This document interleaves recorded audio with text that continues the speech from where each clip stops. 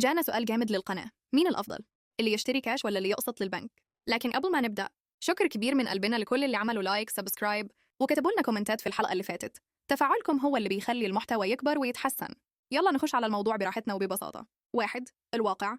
في حد فعلا بيدفع كاش؟ مش كل الناس بتشتري كاش. في فترات السوق بتتغير، لكن لو بصينا على بيانات عامة هنلاقي إن المشترين النقديين في فترات معينة بيوصلوا لنحو ثلث الصفقات. ده معناه إن الغالبية بتدخل بنظام التمويل أو القرض. يعني الكاش ميزة واضحة لكن مش متاحة لمعظم الناس في الواقع. 2.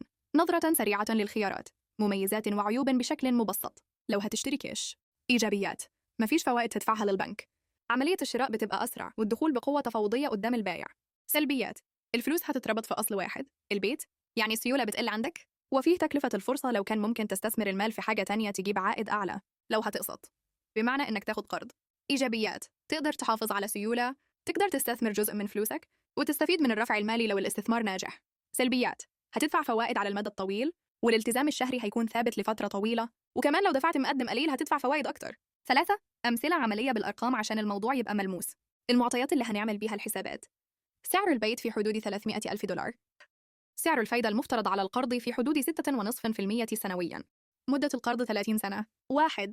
سيناريو الكاش: بتدفع مباشراً 300 ألف دولار، مفيش قسط شهري للبنك، انت صاحب البيت من أول يوم، فايدة مفيش، بس المشكلة إن سيولتك بتنخفض جامد. 2. دفعة أولى 20% وتقسط الباقي.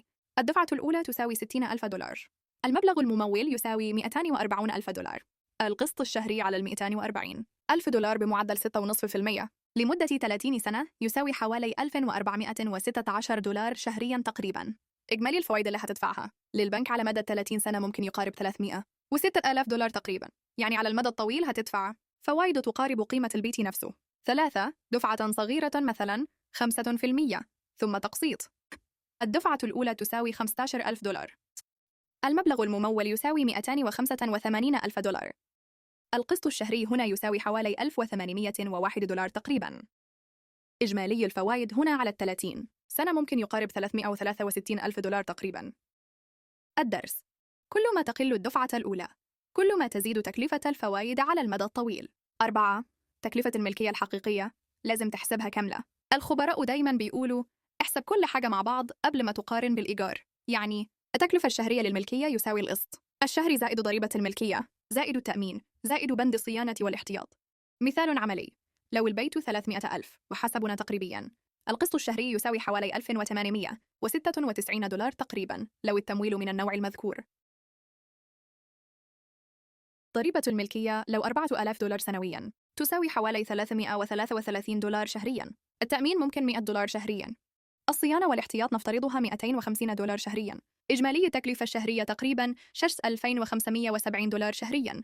لو الإيجار لشقة غرفة واحدة 1500 دولار، الفرق الشهري يساوي حوالي 1150 دولار. الفرق ده لو استثمرته ممكن يعمل فرق كبير بعد سنين. 5. لو استأجرت واستثمرت الفرق. مثال رقمي: لو قررت تستأجر وتستثمر الفرق، ونفترض إن الفرق اللي هتوفره شهرياً يساوي 1180 دولار، واستثمرته بعائد متوسط 6% سنوياً، بعد 10 سنين المبلغ المتراكم هيبقى تقريباً 170 ألف دولار. ده رقم محترم يقدر يبقى دفعة أولى أو صندوق طوارئ كبير. 6. نصائح عامة منطقية من وجهة نظر الخبراء، مش نصايح شخصية. لو تقدر تدفع كاش من غير ما تمس صندوق الطوارئ، الكاش خيار قوي لأنه يلغي مصاريف الفوائد، بس فكر في تكلفة الفرصة. لو كان ممكن تستثمر المبلغ وتحصل عائد أعلى. لو مش قادر تجمع كاش كامل، وده حال أغلب الناس، التمويل منطقي. حاول توصل لدفعة أولى حوالي 20% لو تقدر، لأنها بتقلل التكاليف على المدى الطويل. دايماً خلي عندك سيولة للطوارئ من 3 ل 6 شهور مصاريف قبل ما تدخل في التزامات كبيرة.